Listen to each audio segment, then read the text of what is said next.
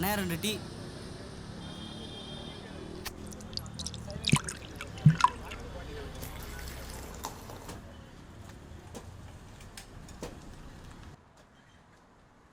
அப்புறம் எப்போ ஊருக்கு வந்த?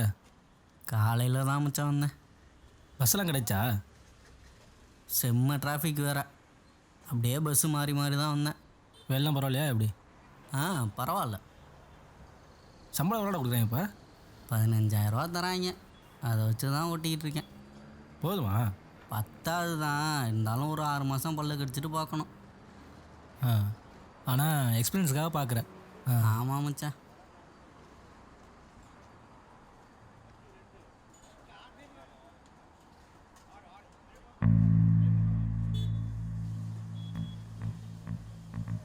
உங்களுக்கு என்ன உள்ளூர்லேயே வேலை பார்த்துட்டு இருக்கீங்க?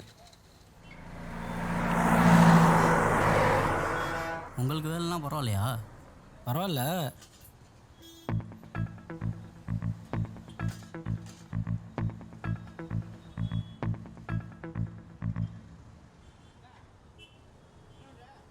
யார் இந்த ஆளு? பார்த்துட்டே இருக்கா?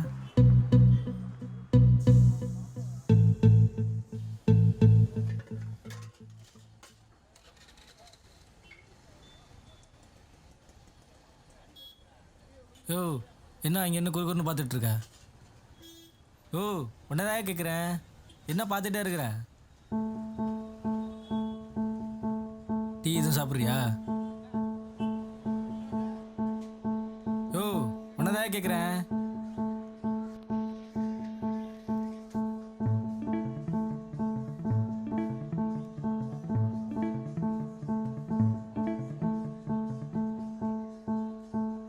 யோ, போய் டீ குடியா போயா. காசு நான் கொடுத்துக்கிறேன் போ. லூசு மாதிரி.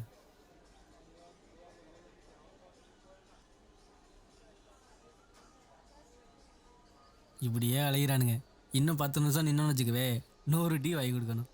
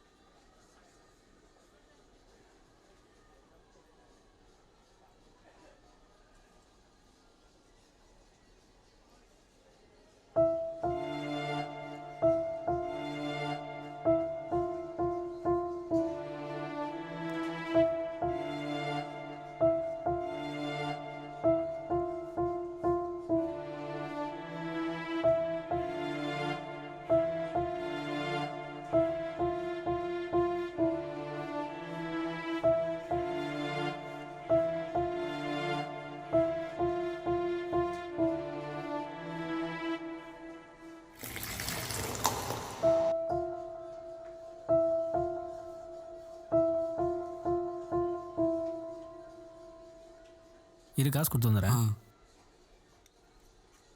அண்ணே எவ்வளோண்ணே? என்னப்பா 3 டீ தானேப்பா? ஆமாண்ணே. எவ்வளோ? 30 ரூபாப்பா. அவர் தான் கொடுத்துட்டாருப்பா. யார் கொடுத்தா? அட உங்கள் பக்கத்தில் பை மாட்டிக்கிட்டு இருந்தார்ல, அவர் கொடுத்துட்டாருப்பா தம்பி. பை மாட்டி இருந்தவரா? ஆமாப்பா. அவர் என்ன கொடுத்தாரு? தெரியலப்பா, அவர் கொடுத்துட்டாருப்பா. நான் வாங்கிட்டேன். உள்ள 2 டீ கொடுங்க மாஸ்டர். ஒரு பால், நாட்டு சக்கரை போட்டு. என்ன இங்கே என்ன குறுக்குன்னு பார்த்துட்ருக்க? டீ எதுவும் சாப்பிட்றியா? காசு நான் கொடுத்துக்கிறேன். போ குடி போ.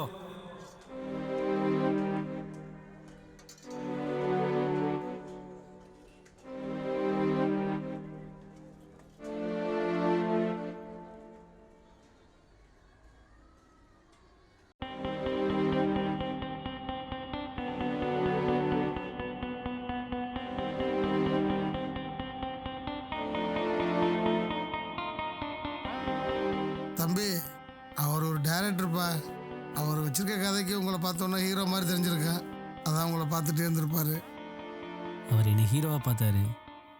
ஆனால் நான் அவரை சாதாரண மனுஷனை கூட பார்க்கல.